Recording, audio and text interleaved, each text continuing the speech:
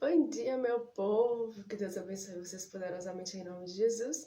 E esse frio delicioso, hein? Tava doido pra usar meus cachecóis. Eu adoro frio, gente. Que Deus os abençoe poderosamente em nome de Jesus. E é com muita alegria no coração que eu estou aqui para compartilhar com vocês uma palavra do céu. Uma palavra que o Senhor tem falado muito ao meu coração para a glória de Deus. Então vamos lá? Abra sua Bíblia comigo no livro de Números.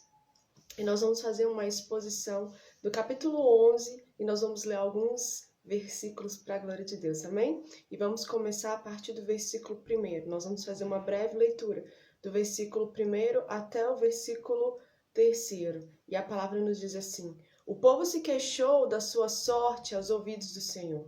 Quando o Senhor ouviu as reclamações, sua ira se acendeu. E o fogo do Senhor ardeu entre eles e consumiu algumas extremidades do arraial. Então o povo clamou a Moisés. Este orou ao Senhor e o fogo se apagou. Por isso, aquele lugar foi chamado Taberá, porque o fogo do Senhor se havia acendido entre eles. E Taberá significa incêndio. E é interessante porque aqui nós aprendemos uma grande e preciosa lição. A palavra nos diz que o povo se queixou da sua sorte aos ouvidos do Senhor. Então, para afrontar Deus, para murmurar contra Deus, o povo fala aos ouvidos de Deus.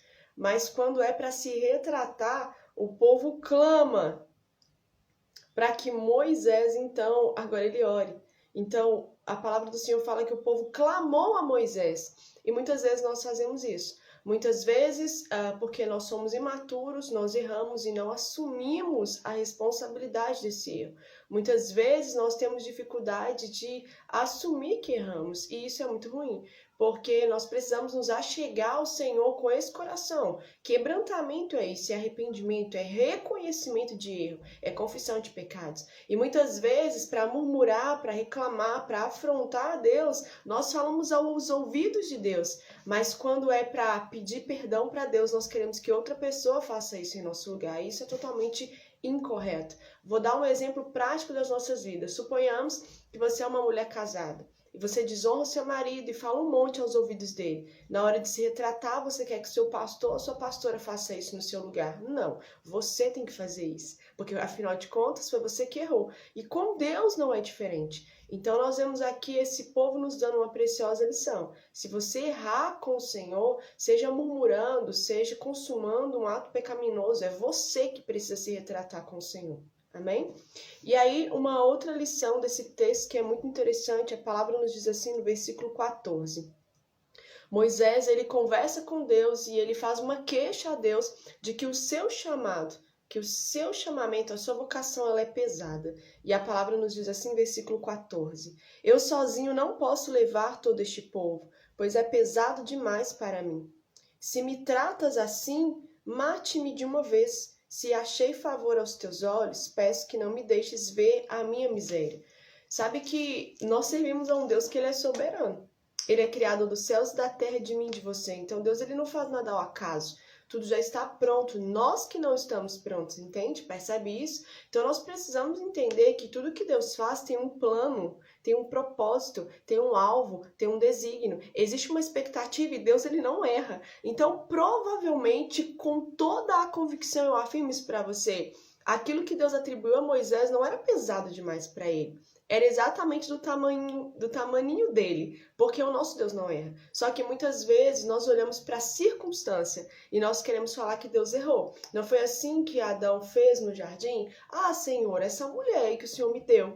Opa, então Deus errou de dar Eva para Adão? Ou foi Adão que errou em não obedecer à ordenança de Deus? Então, nós transferimos a responsabilidade. Então, volta naquilo que nós falamos no início. Nós, quando somos imaturos, nós jogamos a culpa no outro. Quando somos imaturos, a gente culpa até Deus, mas a gente nunca olha para dentro de si. É por isso que muitas vezes a nossa vida não rompe, porque a gente fica, mas se o meu pai não tivesse feito isso, mas se a minha mãe não tivesse feito isso, se o meu namorado, embora eu não concorde com o namoro, mas eu sei que muitas pessoas namoram, se ele não tivesse feito ou falado isso comigo, se meu avô, mas a gente não para olhar para dentro de nós. Muitas vezes a sua vida, a minha vida não rompe, não é porque alguém fez algo de mal conosco, é porque nós colecionamos amargura.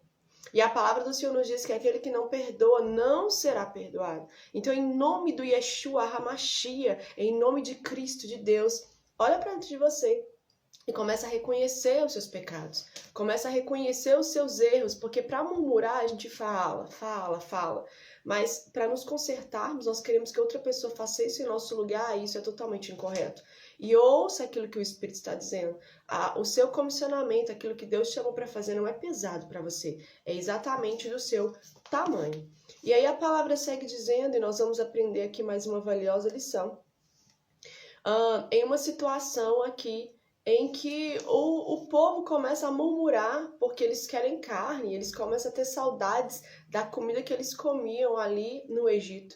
E existe uma palavra aqui que eles dizem, olha, que nós comíamos de graça. De graça não, eles eram escravos, presos, oh meu Deus do céu.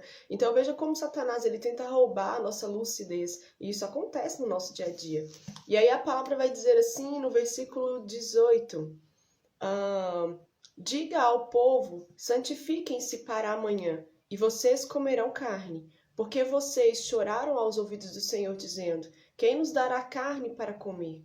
A vida era melhor no Egito. No Egito eles não tinham vida, eles sobreviviam. Escravo não tem vida. Escravo, ele sobrevive àquilo que lhe é imposto. E aí a palavra nos diz, por isso, Senhor, por isso o Senhor lhes dará carne e vocês comerão. Versículo 19. Não comerão 1 dia, nem 2 dias, nem 5, nem 10, nem ainda 20, mais um mês inteiro, até que saia pelo nariz, até que fiquem com nojo dela, porque vocês rejeitaram o Senhor que está no meio de vocês, e choraram diante dele, dizendo, por que saímos do Egito? Moisés, porém, respondeu, este povo, no meio do qual estou, é de 600.000 homens em pé, e tu dizes, eu lhes darei carne, e eles a comerão durante o mês inteiro? Quantos rebanhos de ovelhas e de gados teríamos de matar para que tivessem o suficiente? Ou será que bastaria se ajuntássemos para eles todos os peixes do mar? Porém o Senhor respondeu a Moisés, será que a mão do Senhor se encurtou?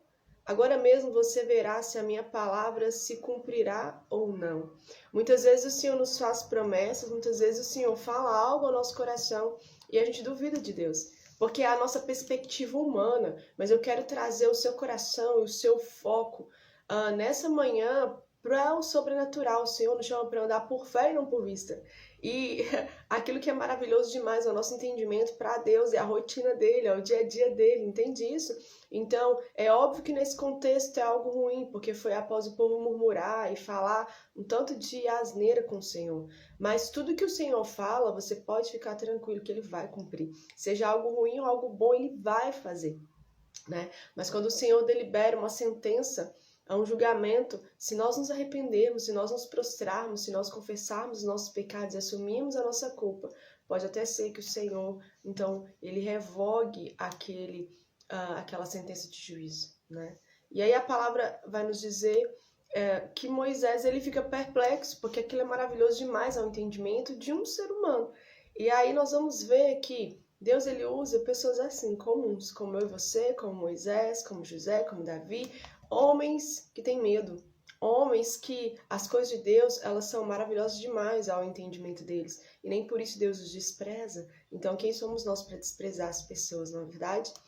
E então nós precisamos entender que quando Deus fala algo conosco, quando Deus nos comissiona algo, já está tudo pronto, tudo que nós precisamos já está pronto. Nós precisamos tão somente acessar essas coisas e esses lugares. E aí a palavra, para finalizar, ela diz assim, versículo 33.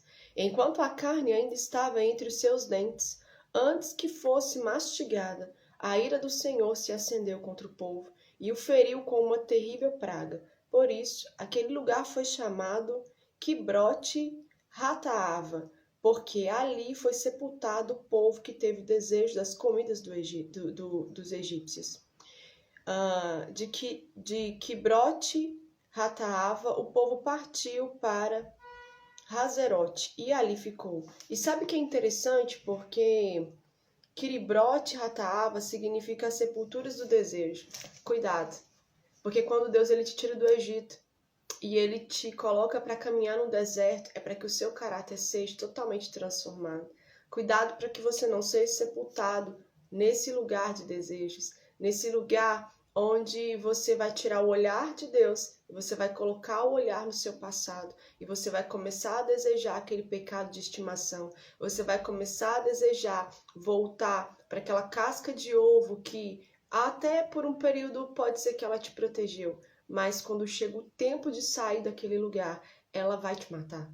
Então nós precisamos sair desses lugares emocionais, espirituais, desses lugares de desejos pecaminosos, de vontade de olhar para trás. Vamos lembrar da mulher de Ló. A mulher de Ló, por olhar para trás, ela se transformou em uma estátua de sal. O Senhor nos chama para andar em novidade de vida. O Senhor te chama para seguir, para andar para frente, não para trás. É óbvio que existem momentos na nossa vida que nós precisamos parar, que nós precisamos respirar, que nós precisamos deixar ir, que nós precisamos deixar de abraçar, que nós precisamos ficar sozinhos, mas é o Senhor que vai guiar os teus passos, em nome de Jesus. Vamos orar? Papai, obrigada por essa palavra maravilhosa. Obrigada porque o teu Espírito Santo é lindo, é doce, e ele nos convence do pecado, da justiça e do juízo. Que nessa manhã nós possamos ser convencidos pelo teu Espírito que nós precisamos nos consertar com o Senhor. Que não é colocar a culpa nas pessoas ou nas circunstâncias. Nós precisamos olhar para dentro de nós. Nós precisamos fazer a oração de Davi. Pai, sonda o meu coração. E se o Senhor encontrar algum caminho mau, arranca esse caminho de dentro de mim, porque eu quero te agradar. Eu quero me achegar ao Senhor com mãos limpas, vestes purificadas, brancas, santificadas. Palabassor, elecai, selemenetu yokomanai. Me ensina, Jesus, a abrir mão daquilo que me mata, daquilo que mata as pessoas. Me ensina, Pai Santo e Poderoso, a fazer somente a sua vontade. E se eu pequei, se eu errei contra o Senhor, eu não posso esperar que outra pessoa ore em meu favor confessando o meu pecado. Não, eu preciso reconhecer a minha iniquidade. Eu preciso reconhecer os meus erros diante dos homens e diante do Senhor. É o que eu te peço em nome de Jesus. Que Deus te abençoe, tenha um dia, Senhor, poderoso na presença do Pai. Um dia de reflexão em nome de Jesus. Amém? Ó, forte abraço, que Deus te abençoe poderosamente em nome de Jesus.